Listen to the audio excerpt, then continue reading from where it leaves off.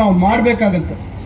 ಅದರಿಂದ ಏನಿದೆ HN valley ತರುವಂತದ್ದಕ್ಕೆ ಬಹಳ ಮುಂಚೂಣಿಯಲ್ಲಿ ಇದ್ದು ಅವತ್ತು ಕೃಷ್ಣ ಬೈರೇಗೌಡರು, DK ರವಿ ಅವರು, ಆಮೇಲೆ ಮಾನ್ಯ ನಮ್ಮ ಅಂದಿನ ಸಣ್ಣ ನೀರಾವರಿ ಸಚಿವರು ಶಿವರಾಜ್ ತಂಗಡಗಿ ಅವರು ಮತ್ತು ನಂತರದ ದಿನಗಳಲ್ಲಿ ರಮೇಶ್ ಕುಮಾರ್ ಅವರು, ಇವರೆಲ್ಲರ ಶ್ರಮ, ಮಾನ್ಯ ಸಿದ್ದರಾಮಯ್ಯನವರ ಒಂದು ಸಹಮತಿ, ಅವರ ಒಂದು ದೃಢವಾದಂಥ ನಿರ್ಧಾರ ಇವತ್ತು ನಮಗೆ ಎಲ್ಲೆಲ್ಲಿ ಈ ನೀರು ನಮ್ಮ 2 ಜಿಲ್ಲೆಗಳಲ್ಲಿ ಬರ್ತಾ ಇದೆ ಅಲ್ಲಿ ಅಂತರ್ಜಲ ವೃದ್ಧಿ ಆಗಿದೆ.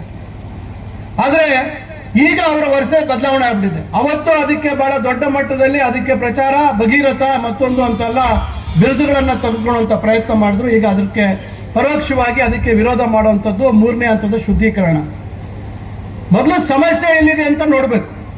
ಚಿಕ್ಕಬಳ್ಳಾಪುರದಲ್ಲಿ ಇವತ್ತೇನಾದ್ರೂ ಸಮಸ್ಯೆ, ಇವತ್ತು HN ವ್ಯಾಲಿ ನೀರು ಕಲುಷಿತ ಆಗಿದೆ ಅಂದ್ರೆ ಅದಕ್ಕೆ ಕಾರಣ ಅವರ 2 ಅವಧಿಗಳ ಶಾಸಕತ್ವದ ಮತ್ತು ಮಂತ್ರಿಯಾಗಿ ಅವರ ವೈಫಲ್ಯನೇ ಇವತ್ತು ಕಾರಣ. ಚಿಕ್ಕಬಳ್ಳಾಪುರದಲ್ಲಿ ಸಂಪೂರ್ಣವಾಗಿ ಒಳಚರಂಡಿ ವ್ಯವಸ್ಥೆ ಆಗದೆ ಇರತಕ್ಕಂಥದ್ದೇ ಇವತ್ತು ಕಾರಣ. ಇವತ್ತು ಕಂದುವಾರ ಕೆರೆಗೆ ಕಲುಷಿತ ನೀರು ಹೋಗ್ತಾ ಇದೆ, ಮುಷ್ಟೂರು ಕೆರೆಗೆ ಕಲುಷಿತ ನೀರು ಹೋಗ್ತಾ ಇದೆ ಅನ್ನೋದಕ್ಕೆ ಕಾರಣ ಅವರೇ. ಸಮಸ್ಯೆಗೆಲ್ಲ ಅವರೇ ಕಾರಣ. ಇವತ್ತು ಹೇಳ್ತಾರೆ ಕಂದುವಾರ ಕೆರೆಯಲ್ಲಿ ಬಂದು ನೀರು ಕುಡೀರಿ ಅಂತಾರೆ. ಕಂದುವಾರ ಕೆರೆ ಇವತ್ತು ನೀರು ಕುಡಿಯೋದಕ್ಕಲ್ಲ, ಇವತ್ತು HN ವ್ಯಾಲಿಯಿಂದ ಬರ್ತಕ್ಕಂಥ ನೀರು ಕುಡಿಯೋಕ್ಕೆ ಯೋಗ್ಯ ಅಲ್ಲ ಅಂತಕ್ಕಂಥದ್ದು ಎಲ್ರಿಗೂ ಗೊತ್ತಿದೆ. ಇವತ್ತು ತ್ಯಾಜ್ಯ ನೀರು, ಅದಕ್ಕೆ ಬೆರಿಕೆ ಆಗಿರ್ತಕ್ಕಂಥದ್ದು ನೀರು ಕುಡಿಬೇಕಂದ್ರೆ ಯಾರಿಗೆ ಇಚ್ಛೆ ಇದ್ರೆ ಅವ್ರು ಕುಡಿಲಿ ಆ ನೀರು. ಯಾಕಂದ್ರೆ ಅವರಿಗೆ ವೈಜ್ಞಾನಿಕವಾಗಿ ಇದು ಯಾವ ಉದ್ದೇಶಕ್ಕಾಗಿ ನೀರು ಬಂದಿದೆ ಅನ್ನುವಂಥ ಕನಿಷ್ಠ ಜ್ಞಾನ ಇಲ್ಲದೆ ಇರ್ತಕ್ಕಂಥವ್ರು ಈ ನೀರು ಕುಡಿ ಅಂತ ಹೇಳಿದ್ರೆ ನಾವೇನ್ ಮಾಡ್ಲಿಕ್ಕಾಗತ್ತೆ ಹೇಳಿ. ಇವತ್ತು ನಾವು ಕನಪಲ್ಲಿ ಕೆರೆ ನೀರು ಇವತ್ತು ನಾವು ಚಿಂತಾಮಣಿಯಲ್ಲಿ ಬಳಸ್ತೇವೆ. ಇವತ್ತು ಇದೇ ನಮ್ಮ ಭಕ್ತರಳ್ಳಿ ಹರ್ಸಿನ ಕೆರೆ ನೀರು ಚಿಂತಾಮಣಿಗೆ ಬಳಸ್ತೇವೆ. ನೇರವಾಗಿ ಬಳಸ್ತೀವ ಕೆರೆ ನೀರು? ಅದನ್ನ ಶುದ್ಧೀಕರಣ ಘಟಕದಲ್ಲಿ ಶುದ್ಧೀಕರಣ ಮಾಡಿ ಅದನ್ನ ಜನರಿಗೆ ಕೊಡುವಂಥದ್ದು. ಈ ರೀತಿ ಜ್ಞಾನ ಇಲ್ದರೆ ಇವತ್ತು ಸಾಮಾಜಿಕ ಜಾಲತಾಣಗಳಲ್ಲಿ ಇವತ್ತು ಮನುಷ್ಯ ಇಚ್ಛೆ ಮಾತಾಡ್ತಾರೆ. ಅಂತವ್ರಿಗೆ ನಾವು ಏನ್ ಹೇಳ್ಬೇಕು ಅನ್ನೋದು ನನಗೆ ಗೊತ್ತಿಲ್ಲ. ಇವತ್ತು ಅಭಿವೃದ್ಧಿ ವಿಚಾರದಲ್ಲಿ ಚರ್ಚೆ ಮಾಡೋಣ, ವೈಜ್ಞಾನಿಕವಾಗಿ ಬಹಳ ವಿಚಾರಗಳು ಚರ್ಚೆ ಮಾಡೋಣ. ಇವತ್ತೇನು ನಾವು ಕಂದಾಯ ಗ್ರಾಮಗಳ ಅಭಿಯಾನ ಕೈಗೆತ್ತಿಕೊಂಡಿದ್ದೇವೆ, ಇದರಲ್ಲಿ ಏನಾದ್ರೂ ಲೋಪಗಳಿದ್ರೆ ಚರ್ಚೆ ಮಾಡೋಣ. ಜನರಿಗೆ ಇವತ್ತು ನಮ್ಮ ಸರ್ಕಾರ ಮಾಡ್ತಾ ಇರ್ತಕ್ಕಂಥ ಕೆಲಸಗಳ ಬಗ್ಗೆ ಇವತ್ತು ಸಹಕಾರ ಕೊಡ್ತಕ್ಕಂಥ ಕೆಲಸ ಮಾಡಬೇಕು. ಅವರು ಜಿಲ್ಲಾ ಮಂತ್ರಿಯಾಗಿ ಕೆಲಸ ಮಾಡಿದ್ರು, ಯಾಕೆ ಇಂಥ ಕಾರ್ಯಕ್ರಮಗಳು ಕೈಗೆತ್ತಿಕೊಳ್ಳಿಲ್ಲ ಆ ಸಂದರ್ಭದಲ್ಲಿ?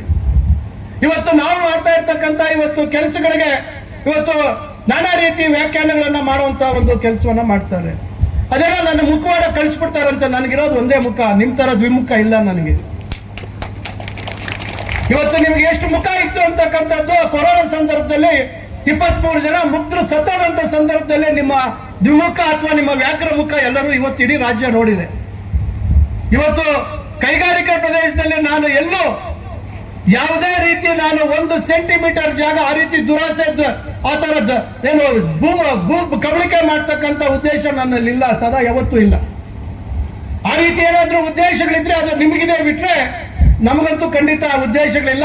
ಅದೇನೋ ಚಾಲೆಂಜ್ ಅಂತ, ಅದೇನ್ ಚಾಲೆಂಜ್, ಅದೆಲ್ಲೆಲ್ಲಿ ದಾಖಲೆಗಳು ತಂದು ಬಿಡುಗಡೆ ಮಾಡ್ತಿರೋ ತಗೊಂಡ್ಬಂದು ಬಿಡುಗಡೆ ಮಾಡ್ರಿ ನೋಡೋಣ ತಾಕತ್ತಿದ್ರೆ. ನಿಮ್ಮ ಯೋಗ್ಯತೆಗೆ ಆ ಮೆಡಿಕಲ್ ಕಾಲೇಜಿಗೆ ಹೆಚ್ಚುವರಿ ಮಾಡಿದಂತ ಅನುದಾನ ಅವತ್ತು ಸರ್ಕಾರದಲ್ಲಿ ಮಂಜೂರು ಮಾಡಿಸ್ಕೊಳಕ್ಕೆ ಯೋಗ್ಯತೆ ಇರಲಿಲ್ಲ. ನಮ್ಮ ಸರ್ಕಾರ ಬಂದು ಅದಕ್ಕೆ ಅಧಿಕೃತವಾಗಿ ಮುದ್ರೆಯನ್ನ ಒತ್ತುವಂತದ್ದು ಆಗ್ಬೇಕಾಯ್ತು, ಅನುದಾನ ಬಿಡುಗಡೆ ಮಾಡಬೇಕಾಗಿತ್ತು. ಚಿಕ್ಕಬಳ್ಳಾಪುರ ಆಸ್ಪತ್ರೆಗೆ MRI ತರಿಸುವಂತ ಯೋಗ್ಯತೆ ನಿಮಗೆ ಇರಲಿಲ್ಲ ಒಬ್ಬ ಸಂಬಂಧಪಟ್ಟಂತ ಇಲಾಖೆ ಸಚಿವರಾಗಿ. ನಂದಿ ಬೆಟ್ಟಕ್ಕೆ ರೋಪ್ವೇ ವಿಚಾರದಲ್ಲಿ ಬರೀ ಟೇಪ್ ಕಟ್ ಮಾಡಿಬಿಟ್ರೆ ಆಯ್ತಾ? ಇವತ್ತು ಎಷ್ಟು ದೊಡ್ಡ ಸಮಸ್ಯೆಗಳು, ಆ ಸಮಸ್ಯೆಗಳನ್ನ ನಾವು ನಿವಾರಣೆ ಮಾಡುವಂತ ಕೆಲಸವನ್ನ ನಾವು ಮಾಡ್ತಾ ಇದ್ದೀವಿ.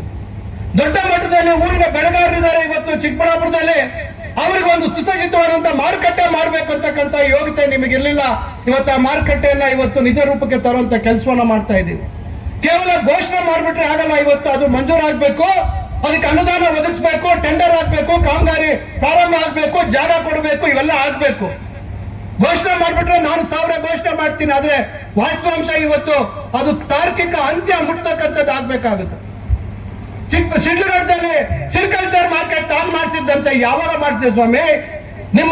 ನಿಮ್ಮ ಅವೇ ಸರ್ಕಾರ ಏನು ಬಜೆಟ್ ಏನು ಚುನಾವಣೆ ಮುಂಚಿತವಾಗಿ ಘೋಷಣೆ ಮಾಡಿದ್ ಬಿಟ್ರೆ ನೀವು ಮಾಡಿದ್ದಿಲ್ಲ. ಮತ್ತೆ ನಾವು ಅದಕ್ಕೆ ನವಾಡಲ್ಲಿ ದುಡ್ಡು ಕೊಡಿಸುವಂತದ್ದು ಮಾಡಿದ್ವಿ. 2 ಹಂತದಲ್ಲಿ ಆಗ್ಬೇಕಾಗಿದ್ದನ್ನ ಒಂದೇ ಹಂತದಲ್ಲಿ 200 ಕೋಟಿಗೆ ಮಾಡಿಸಿರ್ತಕ್ಕಂಥದ್ದು ನಾವು, ನೀವಲ್ಲ.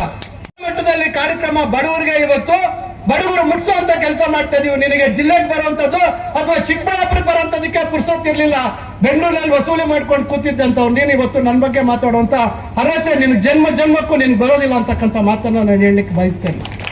ಇವತ್ತು ಏನಿದ್ದೆ ನೀನು, ನಿಮ್ಮ ಕುಟುಂಬದ ಹಿನ್ನೆಲೆ ಏನು, ಇವತ್ತು ಎಲ್ಲಿ ಬಂತು ನಿನಗೆ ಅಷ್ಟು ಕೋಟ್ಯಾಂತರ ರೂಪಾಯಿ ಆಸ್ತಿ? ನಿಮ್ಮ ಪಕ್ಷದವರೇ ನಿನ್ನ ಕೋವಿಡ್ ಕಳ್ಳ ಅಂತ ಕರೀತಾರಲ್ಲ, ಅದಕ್ಕೆ ನೀನೇ ಸಮಜಾಯಿಸಿ ಕೊಡ್ಬೇಕಾಗುತ್ತೆ.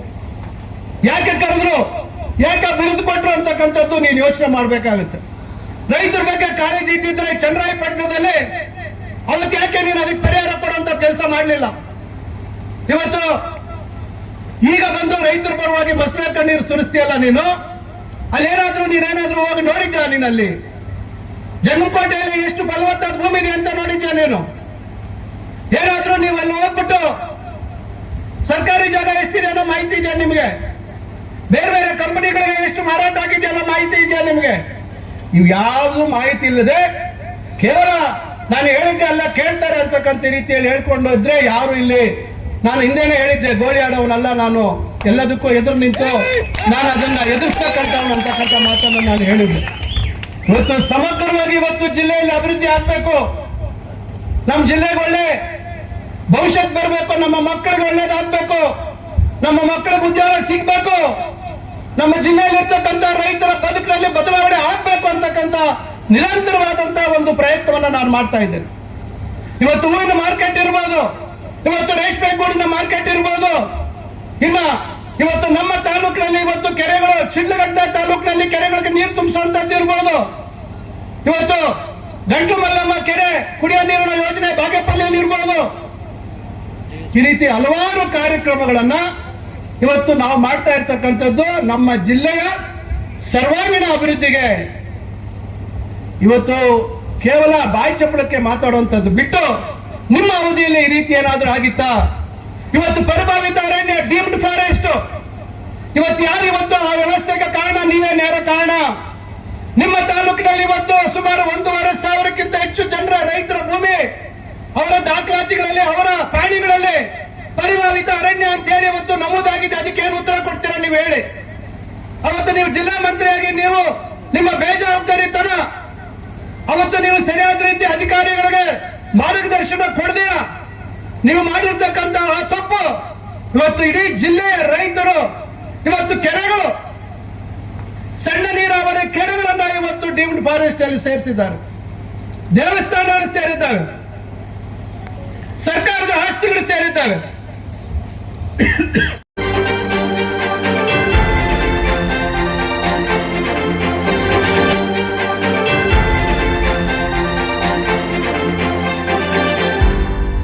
ನೀವು ನಮ್ಮ ಚಾನಲ್ಗೆ ಸಬ್ಸ್ಕ್ರೈಬ್ ಆಗಿಲ್ಲ ಅಂದ್ರೆ ಈಗಲೇ ಸಬ್ಸ್ಕ್ರೈಬ್ ಆಗಿ ಪಕ್ಕದಲ್ಲೇ ಇರುವ ಬೆಲ್ ಐಕಾನ್ ಕ್ಲಿಕ್ ಮಾಡಿ. ಮತ್ತಷ್ಟು ಅಪ್ಡೇಟ್ಗಳಿಗಾಗಿ ಫೇಸ್ಬುಕ್, ಇನ್ಸ್ಟಾಗ್ರಾಮ್, ಟ್ವಿಟರ್ನಲ್ಲಿ ಫಾಲೋ ಆಗಿ.